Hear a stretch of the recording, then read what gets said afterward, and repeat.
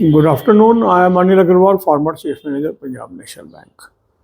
So, as per the notice given by Telangana Grameen Bank, in terms of Government of India instructions, the branches that is located in the state of Telangana of Andhra Pradesh Grameen Vikas Bank will be merged with Telangana Grameen Bank with effect from 1st January 2025.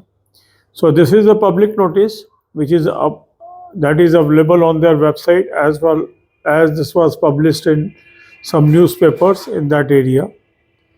Now your question is whether this will affect the vacancies of RRB selection that is going on. Now no further information as far as status of vacancies is concerned. Some people have filed the RTI, and on the basis of RTI, the reply is vacancies remains the same that is notified in notification. So we have to wait till the result date, then only clarity will come. But merger is happening, so that is a step towards one state, one bank, where Telangana state branches of Andhra Pradesh Grameen Vikas Bank will be Telangana Grameen Bank branches with effect from 1st January 2025. This is for your information.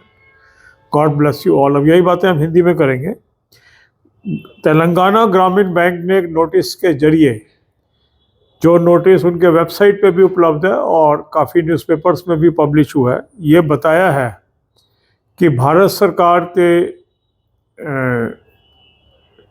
निर्देशानुसार आंध्र प्रदेश ग्रामीण विकास bank की वो शाखाएं जो तेलंगाना राज्य में स्थित हैं, वो 1 जनवरी 2025 से मर्ज हो जाएंगी तेलंगाना ग्रामीण बैंक में, और वो तेलंगाना ग्रामीण बैंक की ब्रांचेस की तरह कार्य करेंगी. अब जो कैंडिडेट्स हैं उनका कहना ये है कि सर आरआरबी की जो वैकेंसीज हैं उस पर इसका क्या असर होगा. इस बारे में कोई भी सूचना अभी उपलब्ध नहीं है.